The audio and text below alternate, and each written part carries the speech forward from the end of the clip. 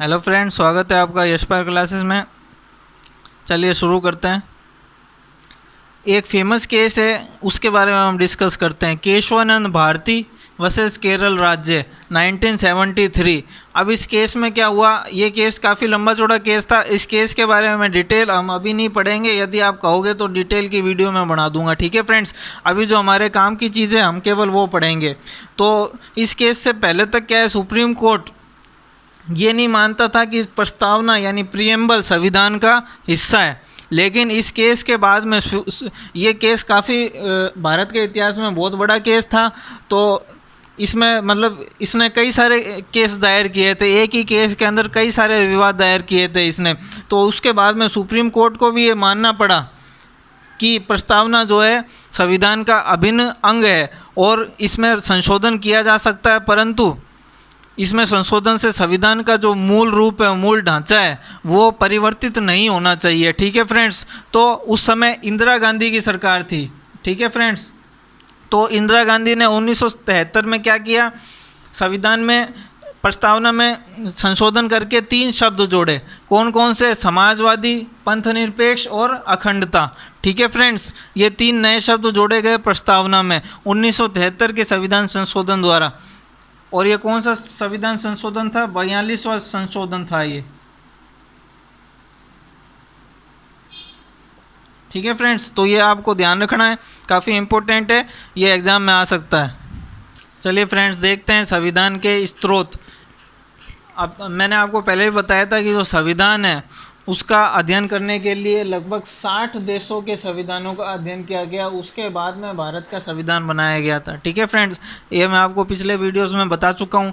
अब हमें 60 के 60 देशों का याद नहीं रखना है, हमें जो मेन कंट्रीज़ है जिनसे मुख्य चीज़ें ली गई है, हमें केवल वही ध्यान में रखना है। तो देखते हैं सबसे पहले ब्रिटेन से। ब्रिटेन जो हमारी जो शासन व्यवस्था है वो पूरी की पूरी मतलब 90% ब्रिटेन से मिलती जुलती है, क्योंकि ब्रिटिश ने भारत पे राज किया काफ़ी लंबे समय तक।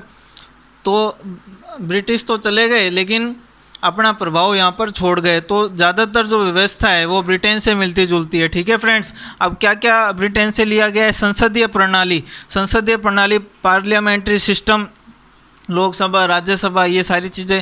एकल नागरिकता, सिंगल सिटीजनशिप, नागरिकता के बारे में मैं पिछले वीडियो में भी आपको बता चुका हूँ और इसके लिए अलग से वीडियो भी लेके आएंगे हम, उसके अंदर हम चर्चा करेंगे। ठीक है फ्रेंड्स, और इसके अलावा जो राष्ट्रपति है वो भी, राष्ट्रपति का जो पद है और उसकी जो शक्तियाँ हैं वो भी ब्रिटेन से काफ़ी मिलती जुलती है। ठीक है फ्रेंड्स, जो ब्रिटेन की जो महारानी है और भारत का राष्ट्रपति है, दोनों की लगभग शक्तियाँ समान है। ठीक है फ्रेंड्स, पूरी तरह से तो समान नहीं है लेकिन लगभग मिलता जुलता है। ठीक है फ्रेंड्स, अब देखते हैं अमेरिका से क्या क्या लिया गया। अमेरिका से मौलिक अधिकार, स्वतंत्र न्यायपालिका, न्यायिक पुनरावलोकन और महाभियोग। मौलिक अधिकार ये हम पढ़ेंगे, अच्छी तरह से डिस्कस करेंगे इसके बारे में। स्वतंत्र न्यायपालिका, इसका मतलब क्या है कि न्यायपालिका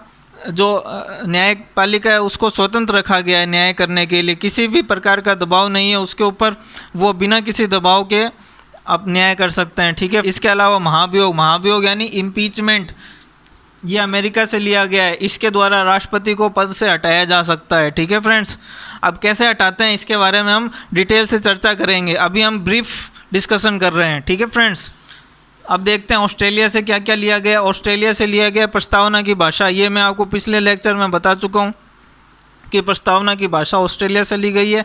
और प्रस्तावना कहाँ से ली गई है ये आपको कमेंट बॉक्स में लिख के बताना है। समवर्ती सूची कौन से विषय हैं जिन पर केंद्र सरकार और राज्य सरकार दोनों कानून बना सकती है। ठीक है फ्रेंड्स, वो भी ऑस्ट्रेलिया से लिया गया है। और संयुक्त बैठक जॉइंट सेशन, ये भी ऑस्ट्रेलिया से लिया गया है। ठीक है फ्रेंड्स, इसके अलावा रूस से मूल कर्तव्य लिए गए हैं। आयरलैंड से राज्य के नीति निर्देशक तत्व, राष्ट्रपति का निर्वाचन मंडल, यानी कि राष्ट्रपति का किस तरह से निर्वाचन होना चाहिए, किस तरह से उसका निर्वाचन मंडल डिसाइड होता है, ये आयरलैंड से लिया गया है। ठीक है फ्रेंड्स, अब आगे देखते हैं।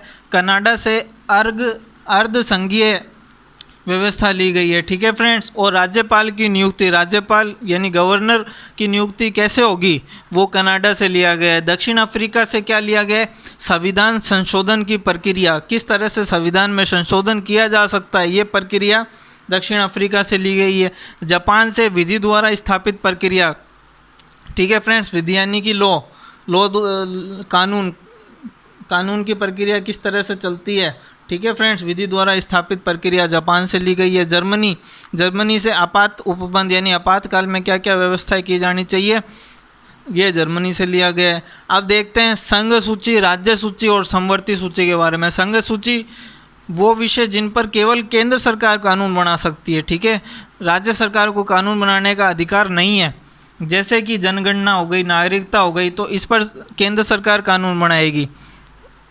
राज्य सूची जिस पर केवल राज्य सरकार कानून बनाएगी, जैसे पुलिस से संबंधित नियम हो गए। समवर्ती सूची यानी केंद्र सरकार और राज्य सरकार दोनों कानून बना सकती है, परंतु केंद्र सरकार का जो कानून है वो ज़्यादा प्रभावी माना जाएगा राज्य सरकार की तुलना में। जैसे शिक्षा, अभी जो नई शिक्षा नीति आने वाली है, अब कई स्टेट्स कह रहे हैं कि हम इस शिक्षा नीति को लागू नहीं करेंगे, तो अब वो चाहें या ना चाहें लागू तो करना पड़ेगा। वो चाहें तो अपनी तरफ से थोड़ा सा संशोधन कर सकते हैं, लेकिन लागू तो करना पड़ेगा।